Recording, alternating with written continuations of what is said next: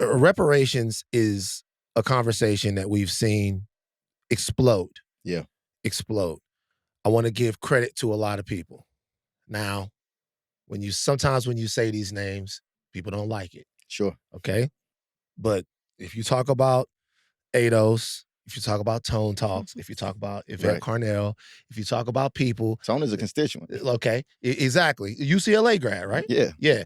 You talk about these people going a long time ago, and there's so many different political factions that exist inside of Black America.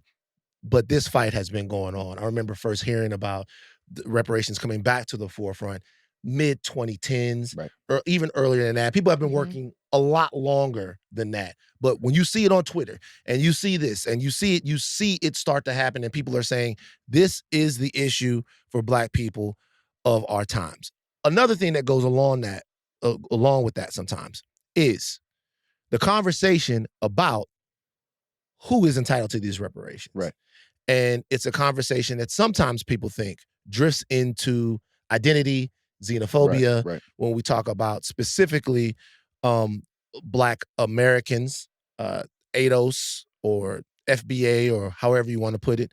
I am as it gets. Sure. My people come from the soil of South Louisiana. Yeah. And I trace this is my ancestral home. Sure. I trace my lineage all the way back to those people that did that thing there.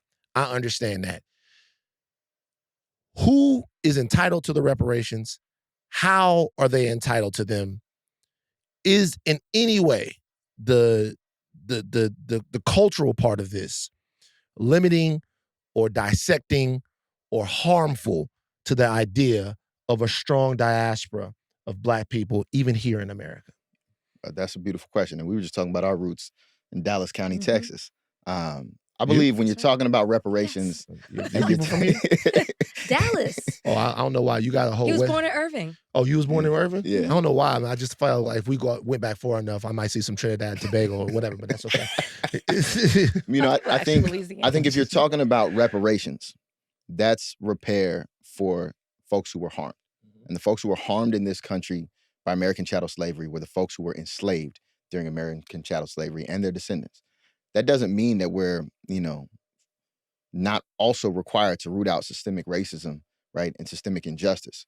We can fight for all Black people and also be very clear about who's deserving specifically of reparations for American chattel slavery. And there are other countries that have to engage in this conversation with people in their countries, right? Because we know that the slave trade impacted more than just the United States. But our responsibility here is to take care of the folks who were enslaved here and their descendants thereafter.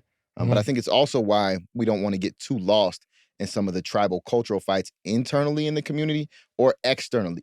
And I'll give you an example of that. When the military is rolling down through our streets and the Supreme Court is saying racial profiling is okay, and they're nabbing folks without due process and not allowing them to have lawyers, that is also a Black issue. So you might say like, hey, these brown folks doing this. No. That's a solidarity moment. And we have to step up in that moment too, right? We can fight for reparations. We can fight for all Black people.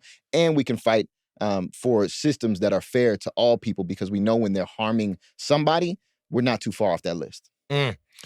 Isaac Bryan, I hope to see you out there hooping.